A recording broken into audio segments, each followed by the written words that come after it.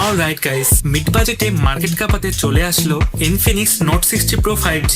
মানে এতদিন ধরে একই রকম ডিজাইন দেখতে দেখতে যারা একদম বোর হয়ে গেছেন তাদের জন্য এই ফোনটা একেবারে ফ্রেশ একটা ভাইব নিয়ে এসেছে। প্রথমেই একটা ইন্টারেস্টিং ব্যাপার, এটা ইনফিনিক্স এর প্রথম ফোন যেখানে স্ন্যাপড্রাগনের প্রসেসর দেওয়া হয়েছে। আর শুধু এটুকুই না, এখানে আছে একদম নতুন একটা জিনিস যেটা নিয়ে ডিটেলসে বলবো। এখন বক্সের কথায় আসি।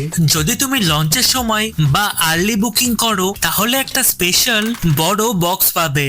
আর এই বক্সের মধ্যে একটা ম্যাক পাওয়ার স্পিকার দেওয়া হয়েছে, যেটা সত্যি বলতে খুব ইউনিক একটা জিনিস। এটা শুধু স্পিকার না, এটা ওয়্যারলেস চার্জার হিসেবেও কাজ করে।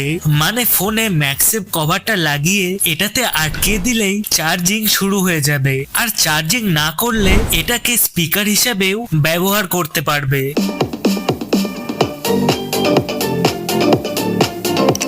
ডবল ইউজ, এটা সবচেয়ে মজার ব্যাপার। আর যদি লঞ্চ অফার মিস করো তাহলে সাধারণ রিটেল বক্স পাবে, সেখানে ওই স্পিকারটা থাকবে না, কিন্তু ম্যাক্সেভ কেসটা থাকবে, সাথে type A to type C cable আর 90 ওয়াট চার্জার। ডিজাইন নিয়ে বললে ফোনটা দেখতে বেশ প্রিমিয়াম লাগে। ডিপ ব্লু, মোকা ব্রাউন আর সোলার অরেঞ্জ, এই তিনটে কালার অপশন আছে। ফোনটা হাতে নিলে বেশ স্লিম ফিল দেয়, কারণ এর থিকনেস মাত্র 7.4 mm।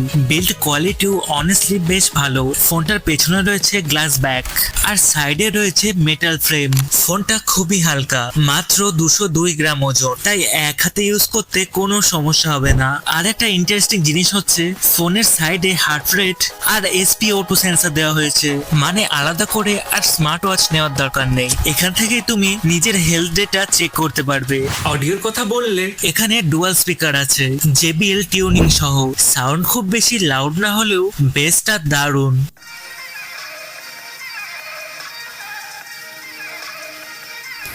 এবার আসি সবচেয়ে ইউনিক ফিচার, এই অ্যাক্টিভ ম্যাট্রিক্স ডিসপ্লে। ফোনের পেছনে 288টা ছোট ছোট পিক্সেল দিয়ে একটা আলাদা ডিসপ্লে বানানো হয়েছে। তুমি নিজের মতো করে এটাকে কাস্টমাইজও করতে পারো, নিজের টেক্সট, অ্যানিমেশন, এমনকি বিভিন্ন ধরনের ক্যারেক্টার নিজের ইচ্ছে মতো সেট করতে পারো। ফোনটা যদি উল্টে রাখো তাহলে টাইম, ফোনের ব্যাটারি পার্সেন্টেজ সবকিছুই ওই পেছনের ডিসপ্লে দিয়ে দেখতে পাবে। এমনকি ফোনটা নড়ালেও ইনফরমেশন দেখাবে। এই জিনিসটা আমার কাছে খুব ইউনিক লেগেছে। আর শুধু এখানেই শেষ না, এই ডিসপ্লেতে ছোট ছোট গেমও খেলা যায়। ডট ড্যাশ আর স্টার ব্লাস্ট, এই দুটো গেম আছে, টাইম পাস করার জন্য একদম পারফেক্ট। কল আসলে বা নোটিফিকেশন এলে পেছনে লাইট আর অ্যানিমেশন জ্বলে ওঠে। আর তুমি চাইলে আলাদা আলাদা কন্টাক্টের জন্য আলাদা আলাদা অ্যানিমেশনও সেট করতে পারো, মানে ফ্যামিলি, ফ্রেন্ড, আননোন নাম্বার সবার জন্য আলাদা আলাদা অ্যানিমেশন সেট করে রাখতে পারো। তাহলে শুধু অ্যানিমেশন দেখে তুমি বুঝতে পেরে যাবে কোনটা বন্ধুর কল আর কোনটা আননোন নাম্বার। এছাড়া এখানে একটা আলাদা RGB লাইট দেওয়া হয়েছে, এটাও আপনি চাইলে নিজের মতো কাস্টমাইজ করতে পারবেন। বাকি ডিসপ্লের কথা বললে এখানে 6.78 ইঞ্চের ফ্ল্যাট অ্যামোলেড ডিসপ্লে আছে, স্ক্রিন গার্ড লাগানো আছে, আর গোরিলা গ্লাস 7 এর প্রোটেকশনও দেওয়া হয়েছে। 144 হার্টজের হাই রিফ্রেশ রেট থাকায় স্ক্রলিং হবে একদম স্মুথ। এছাড়া 4500 নিটস পিক ব্রাইটনেসও রয়েছে, তাই বাইরে কড়া রোদেও স্ক্রিন পরিষ্কার দেখতে পারবেন। বাকি 10 বিট কালার সাপোর্ট আছে, আই কেয়ার সার্টিফিকেশন রয়েছে, মানে লো লাইটে চোখের ওপর কম চাপ পড়বে, তাই মুভি দেখুন বা গেমিং করুন। ডিসপ্লে এক্সপিরিয়েন্স কিন্তু এই ফোনে আপনার দারুণ হবে। পারফরমেন্সের জন্য আছে স্ন্যাপড্রাগন 7 Gen 4 প্রসেসর।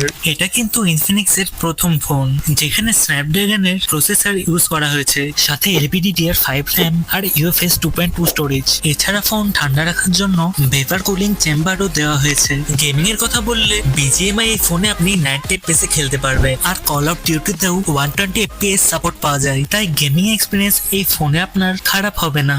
ব্যাটারির কথা বললে এখানে 6500 mAh সিলিকন কার্বন ব্যাটারি আছে, নর্মাল ইউজে একদিনের বেশি সহজেই চলে যায়, আর 90 ওয়াট ফাস্ট চার্জিং থাকায় প্রায় 45 মিনিটে ফুল চার্জ হয়ে যায়। আর একটা জিনিস, এখানে হাইপার চার্জিং মোড আছে, যেটা অন করতে হবে ফুল চার্জিং স্পিড পাওয়ার জন্য। এর সাথে 30 ওয়াট ওয়্যারলেস চার্জিং আছে, রিভার্স ওয়্যার চার্জিং আছে, মানে এক ফোন থেকে আরেক ফোনে চার্জ দিতে পারবেন। সাথে ওয়্যারলেস চার্জিংও আছে। এই সেগমেন্টে অনেস্টলি বললে ওয়্যারলেস চার্জিং পাওয়াটা বড় ব্যাপার। সফটওয়্যারে আছে XOS 16, অ্যান্ড্রয়েড 16 এর ওপর। এখানে 3 বছরের মেজর আপডেট আর 5 বছরের সিকিউরিটি আপডেট দিচ্ছে ব্র্যান্ড।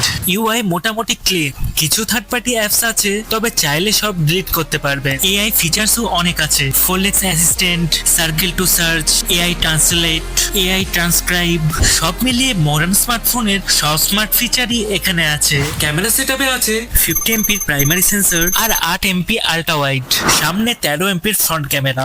মেন ক্যামেরাতে ডে লাইটে ভালো ডিটেলস আসে, স্কিন টোনও বেশ ন্যাচারাল লাগে, তবে লো লাইটে একটু ডিটেল লস দেখা যায়। 8 এমপির আল্ট্রা ওয়াইড ক্যামেরা, যেটা দিয়ে তুমি বড় জায়গা বা গ্রুপ ফটো সহজেই তুলতে পারবে।